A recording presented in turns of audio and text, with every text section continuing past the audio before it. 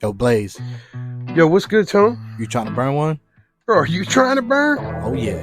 Well, let's go. You're already late. Well, light that thing up then. Back. It's good to see you, my friend. And welcome back to all of our listeners. Everyone that tapped in, it was all 6 subscribers. We love you. Everybody that actually hit play, we appreciate every single one of you. It's good to be back. Thanks for tapping in. So how you doing today, brother? I'm doing great, man. Doing great. Happy to be here. Nice long day of work, ready to just unwind and, knock this out and just have some fun, man. Just chill with my homie. I hear that, man. Honestly, that's exactly what I wanted to do when we kicked it. This is like our 3rd edition, I think, of our new venture. And I wanted to kind of slide our itinerary or, our little topics aside today because I just wanted to kind of, kick it with the listeners a little bit. Last couple episodes, into our topics and how we feel on them. And they were great topics, but I wanted to sort of share what we're about and, our friendship, how it evolved and sort of, what brought us here today. So if you wanted to maybe start it off a little bit and tell us a little bit, man, tell us from your perspective, how did you end up trying to burn with Blayzd on a podcast? I ended up burning with Blayzd, not even trying, actually burning with Blayzd for the first time because of my beautiful wife. She introduced me to Blayzd, I think it was like 6-7 years ago, probably a little longer, actually. Right? And since we burn, it's just one long day. Right. Since then, that day that we met, brother, I knew that you were special, that you were a homie that I could just kick it with. And I appreciate that. We just started vibing. And from that point on, I knew that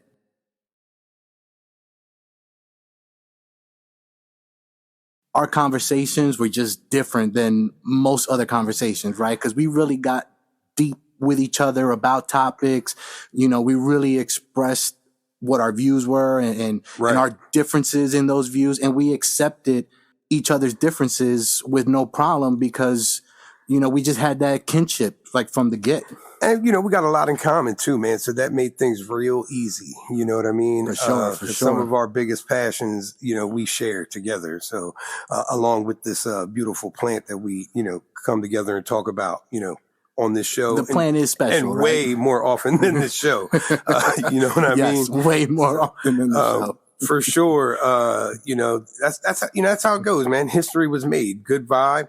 And then next thing you know, whenever I get together with you, man, you'd always ask the greatest questions. And then anywhere we go, anybody would have all these questions. And it was always an idea like, man, you should write a book. I'm like, man, I'm not writing a book. You know what I'm saying? That's not me. And then next, Tone's like, maybe we should do a podcast. I'm like, that's a great idea. I remember that day too. Everybody always asks me questions, always asks you questions just because, we have a lot of knowledge about this plant because we have a passion for it and the benefits of it and what it brings to the table, not just in our lives, but I've been watching it 30 years. I mean, what did you ask me earlier? How long has it been since the first time I burned? And, going on 30 years of my life, man, it's been a beautiful blessing, a wonderful ride. How about you? I want to welcome you to the 30-year club.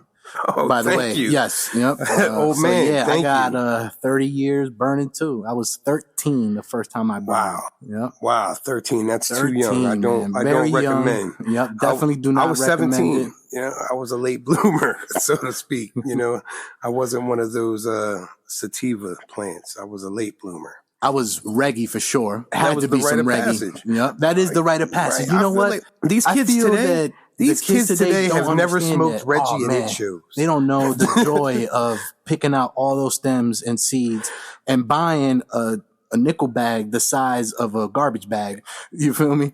And then breaking down and then taking out half of it and the stems and the seeds and then rolling up the rest in ridiculous sized blunts. Oh, those were the days, man. That's the rite of passage. I talked to a young man that I work with in my daily grind. And he's almost 30 years old. So I feel like that's not that big of an age difference, but clearly I'm wrong because he told me, and I quote you, I've never seen Reggie in real life. I've only seen pictures of him. And I wanted to cry a tear from my eye. I'm like, when he started smoking, all the options of herb in the area were already, at a level prime because of the road that you and I paved, Tone. Yes. You and I, blood, sweat, and tears. And blunt guts. And blunt guts. That was great. And blunt guts that we paved that road for these kids to not even know what Reggie is. So sad. It is very sad. Right. Because I feel like those Reggie days, not only was it like our first experiences, but it was our christening into this world, man. And it just opened up the whole possibility to, I want to freaking just get blasted so much that I want to melt into the couch and become one. Couch lock. With the couch. That's what I call it. Yes. We talked about that. Yes. You know, I've loved the evolution, man. The evolution of what the herb was. When I think about that, honestly, all jokes aside, I wouldn't wish Reggie on anyone. I feel sad that we had to experience it. And, you know, out here on the East Coast, we had to go through, you know, those periods of time where people were spraying stuff on it to try to make it more potent, or you had no clue, smelled like off.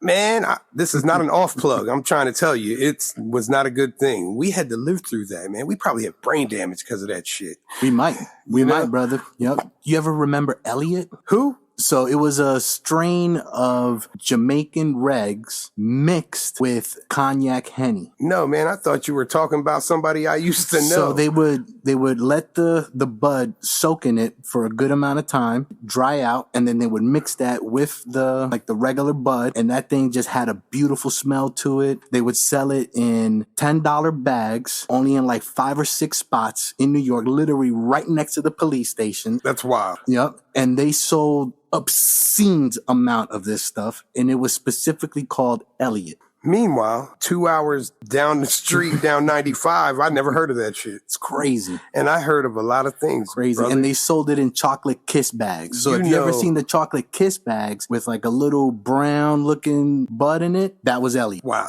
That was crazy. That is crazy. Yeah. But don't go out soaking your bud in cognac right. and then smoking.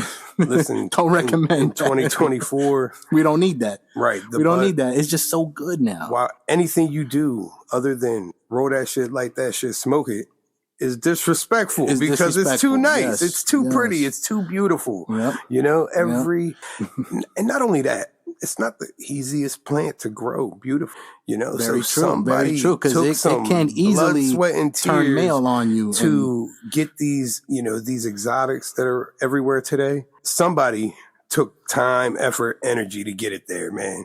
So I, you know, at my old age, I try to have respect for that person. For real. You know what I mean? For real.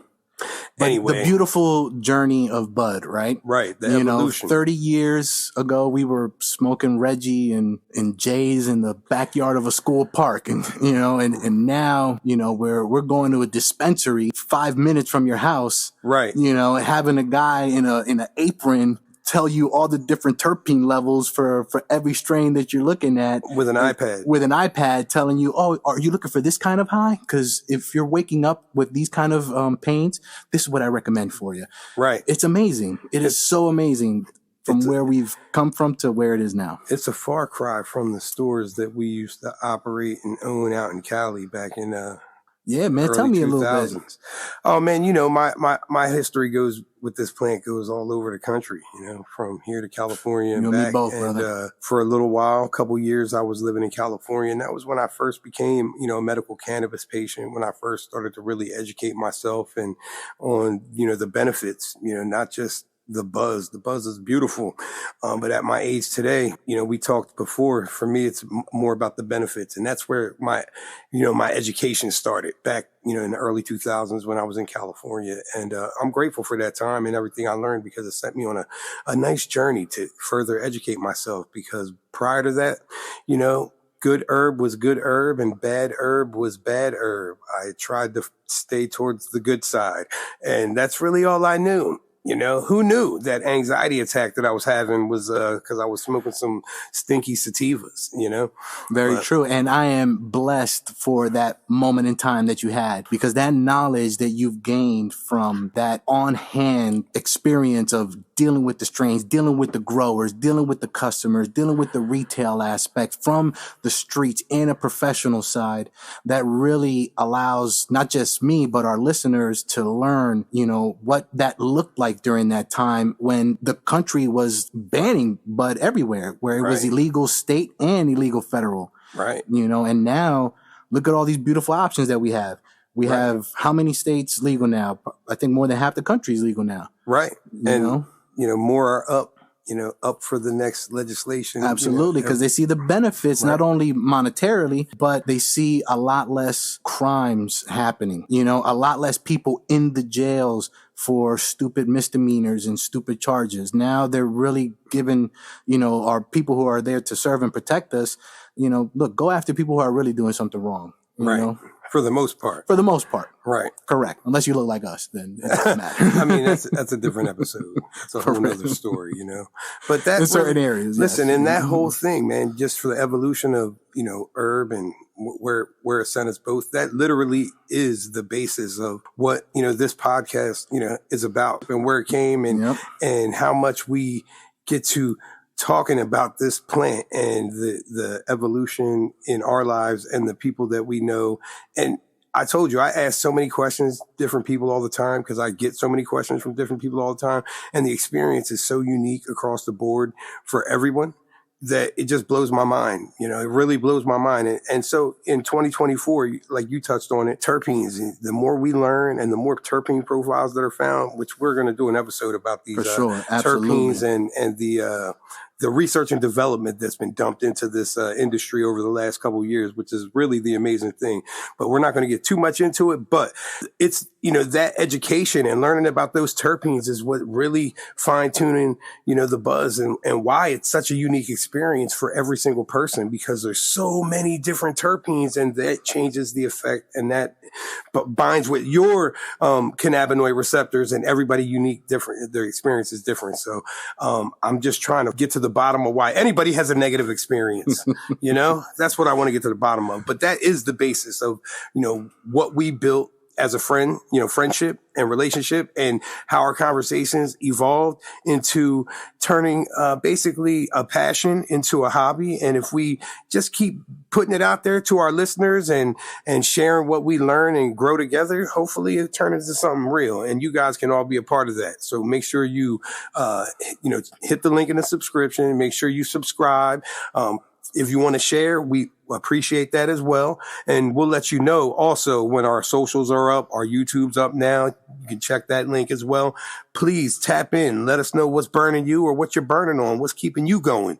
Me and Tone, we want to know. Not only that, too, we want you in the Cypher with us. And in order for y'all to do that with us, you got to hit us up at our email, youtryingtoburn@gmail.com, because that's going to be the direct link to both Blayzd and myself. We could just talk about, what you guys are doing out there, what y'all burning on, who y'all burning with, what strains y'all burning on, and even better, what's burning you, because that's so much fun to talk about, right? Right. Listen, it's good to be connected as part of the human experience, right? Not everyone's living a life of just sunshine and roses, but we want to hear the good and the bad. We want to hear how does the cannabis help you? If you're thinking something that hurts you, talk to me, because I think I can find the one that helps. For real.